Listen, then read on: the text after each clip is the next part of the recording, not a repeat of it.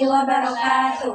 Perkenalkan kami dari kelompok 7 yang akan membahas tugas sejarah yang berjudul Jatuhnya Kesultanan Ternate hingga Bangkitnya Kerajaan Tidore. Sebelum itu, perkenalkan, nama saya Nadila Lutfiana Milani sebagai moderator. Saya Nurista Kurnia Lestari sebagai pemateri. Saya Nurista Kurnia sebagai pemateri. Saya Ripadu Lestari sebagai pemateri. Untuk mempersingkat waktu, langsung saja saya serahkan kepada pemateri.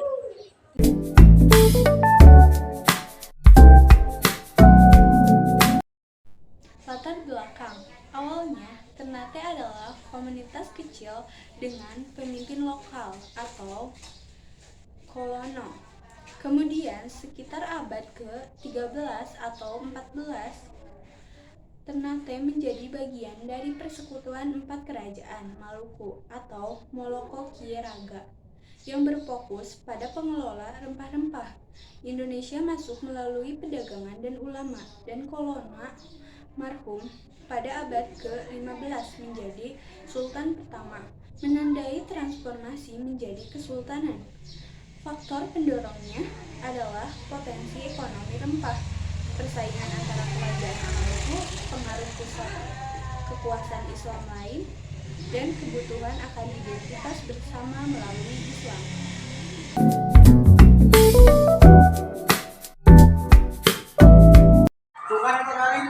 Kesultanan Ternate. Peruntukan Kesultanan Ternate yang mencapai puncak kejayaan di bawah Sultan Baduy merupakan proses berkembang faktor internal dan eksternal. Faktor internal, melemahnya kepemimpinan setelah Sultan Abdullah, persaingan sengit dengan Tidore, dalam menyebabkan hegemoni di Maluku yang seringkali diwarnai konflik bersenjata dan tidak adanya penerus yang cepat menyebabkan penurunan wibawa dan ketidakstabilan internal. Faktor eksternal, kedatangan bangsa Eropa, terutama Portugis, Spanyol, dan Pelajar Belanda membawa dampak besar.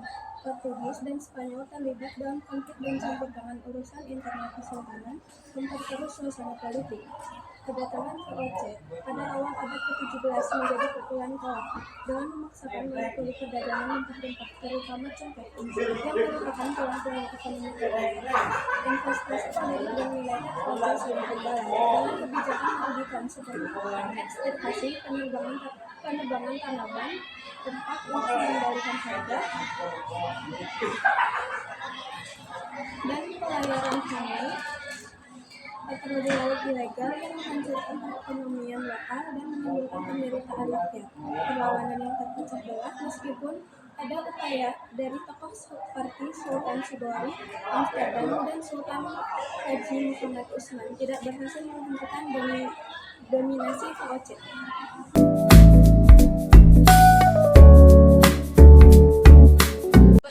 Perkiraan waktu runtuhnya.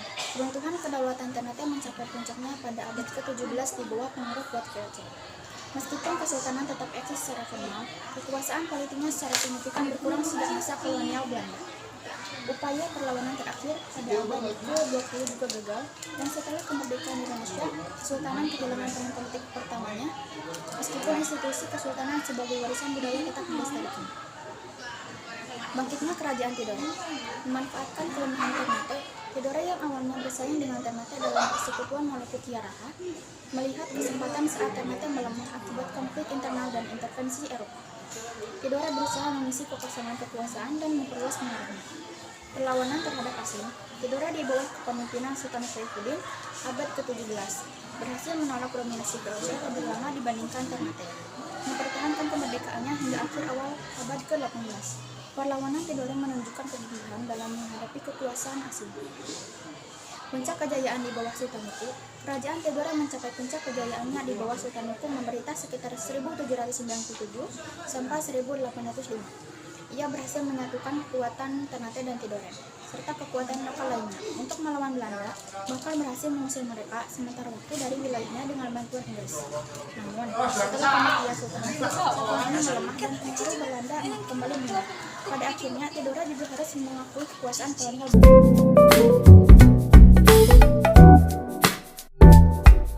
Kesimpulan yang dapat diambil dari kelompok kami yaitu Kesultanan Ternate mengalami kemunduran dan kehilangan kedaulatannya secara bertahap akibat kombinasi faktor internal, yaitu melemahnya kepemimpinan persaingan dengan Tidore, dan eksternal, yaitu intervensi dan dominasi bangsa Eropa terutama VOC. Meskipun sempat mencapai puncak kejayaan, Ternate tidak mampu mempertahankan diri dari tekanan asing yang memonopoli sumber daya ekonomi utamanya dan melakukan intervensi politik militer yang merugikan. Sebaliknya, kerajaan Tidore berhasil memanfaatkan dan melemahnya Ternate menunjukkan perlawanan yang lebih gigih terhadap VOC. Bahkan, mencapai puncak kejayaan di bawah Sultan Nuku. Dengan menyatukan kekuatan lokal untuk sementara mengusir Belanda, namun persatuan ini tidak bertahan lama dan pada akhirnya Tidore juga mengakui kekuasaan kolonial Belanda. Sekian pembahasan materi dari kami. Mohon maaf bila ada kekurangan dan salah kata. Terima kasih. Wassalamualaikum warahmatullahi wabarakatuh.